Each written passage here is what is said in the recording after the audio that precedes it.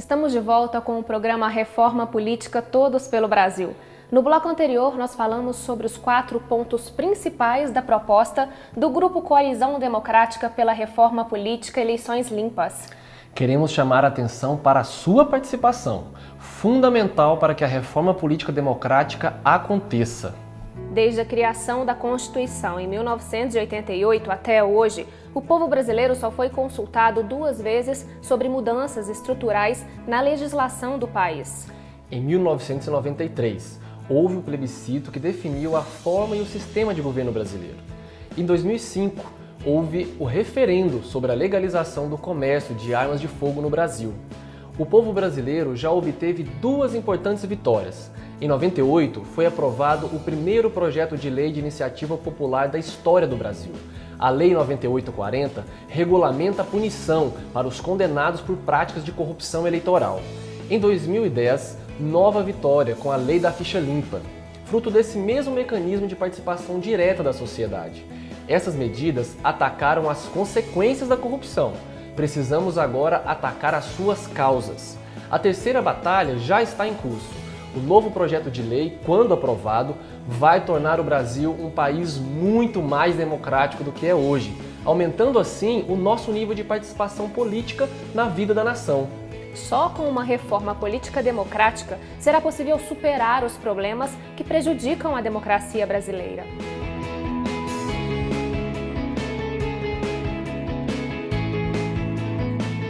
O financiamento de campanhas eleitorais por empresas privadas é muito negativo para a democracia.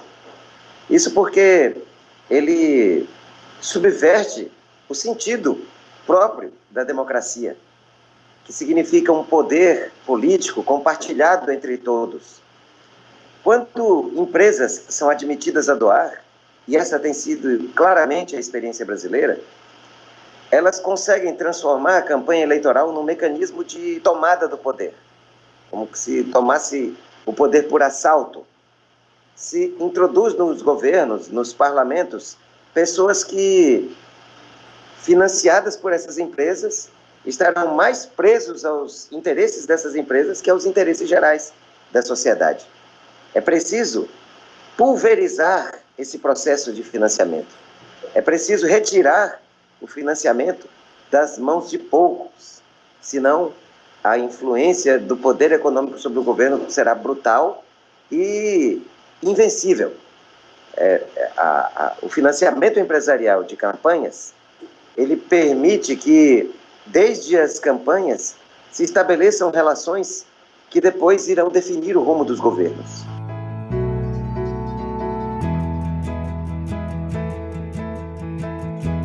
No Brasil, nós temos um sistema eleitoral, que é o sistema eleitoral proporcional de lista aberta. O problema que ocorre é que, na realidade, o nosso sistema proporcional é de lista aberta.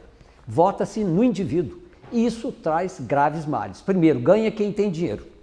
Não é? Segundo, é uma campanha despolitizada, porque você não discute em torno de propostas para o país. Terceiro, estabelece uma guerra dentro dos partidos. Isso inviabiliza a formação partidária. Nós propomos o processo eleitoral para a representação parlamentar em 2 momentos. No primeiro momento, a votação em propostas, ideias, de tal maneira que você eleva o patamar da luta política, não em torno de indivíduos e ganha quem tem dinheiro, mas em torno de alternativas para solucionar os problemas do país. Por outro lado, isso permite a formação de partidos, porque quem vai disputar o partido com o programa dele, né? Isso reduz o número de partidos, porque partido de aluguel não vai ter condições de sobreviver. Reduz o número de candidatos, reduz o custo de campanha e permite a fiscalização eleitoral. Mas no segundo turno, levando em conta a cultura política brasileira, a alternativa que nós propomos permite ao eleitor fazer a opção do candidato da sua preferência. Então, um sistema, digamos, que diz respeito à cultura política brasileira, porque nós achamos que é um erro essa história de querer importar modelos. A história política já demonstrou que nós temos que, exatamente, levando em conta a experiência internacional de outros países, procurar aquele modelo que se adequa à nossa realidade.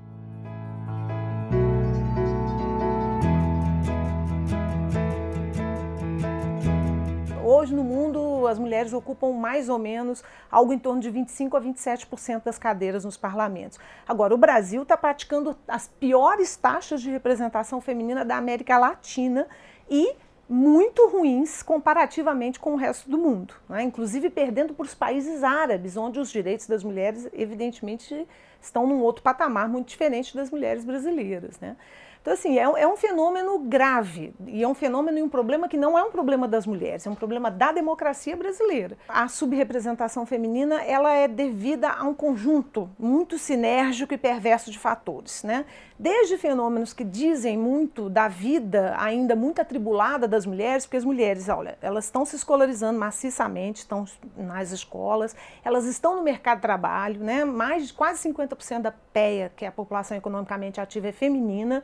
Elas ainda permanecem cuidando da família, da casa, dos filhos. Então, portanto, a jornada política seria uma outra jornada de trabalho e esse custo de abrir mão ou da escola, ou do estudo, ou da profissão, né, do mercado de trabalho para a carreira política ainda é muito mais pesado para as mulheres, né?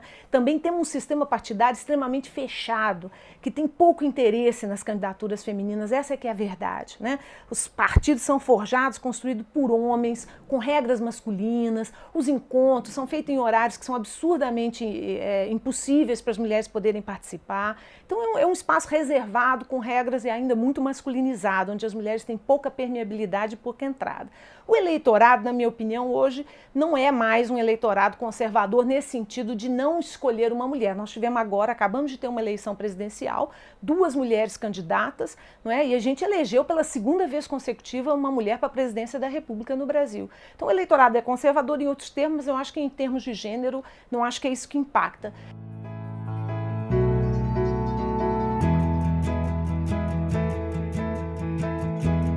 Os mecanismos da democracia direta, que são o plebiscito, o referendo e o projeto de iniciativa popular, particularmente esses dois, são sendo muito utilizados por falta, digamos, de uma certa sensibilidade política no processo de regulamentação, uma resistência à participação da sociedade. Então, na verdade, é fundamental, um país mais avançado, democrático, ele procura ouvir a sociedade. Agora, vira e mexe, nós estamos vendo referendo, consulta popular por vários países do mundo. Então, o que nós pretendemos é exatamente porque a Constituição brasileira define que a democracia brasileira se expressa de 2 formas, através da democracia representativa e através da democracia direta, né? A democracia direta, ela ficou praticamente no papel. Então, o que nós queremos, a nossa proposta, é de estabelecer uma nova regulamentação que obrigue que casos altamente relevantes para o país sejam objeto de uma consulta popular. O exercício da democracia direta, no fundo, é um desejo legítimo da sociedade e é um instrumento que a Constituição incorpora. E isso é importante porque tem certas decisões de alta relevância para o país que a sociedade quer participar, não tem cabimento que o exercício do poder se expresse unicamente através da democracia representativa e que a sociedade só possa se manifestar de tempos em tempos no período eleitoral.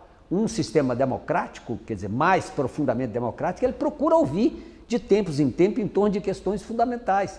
E qual é a vantagem disso? Respondendo a sua pergunta, a vantagem é exatamente estabelecer uma sintonia entre a decisão do poder público e o desejo da maioria da sociedade. Para ajudar a colocar em prática tudo isso que foi falado, é muito fácil.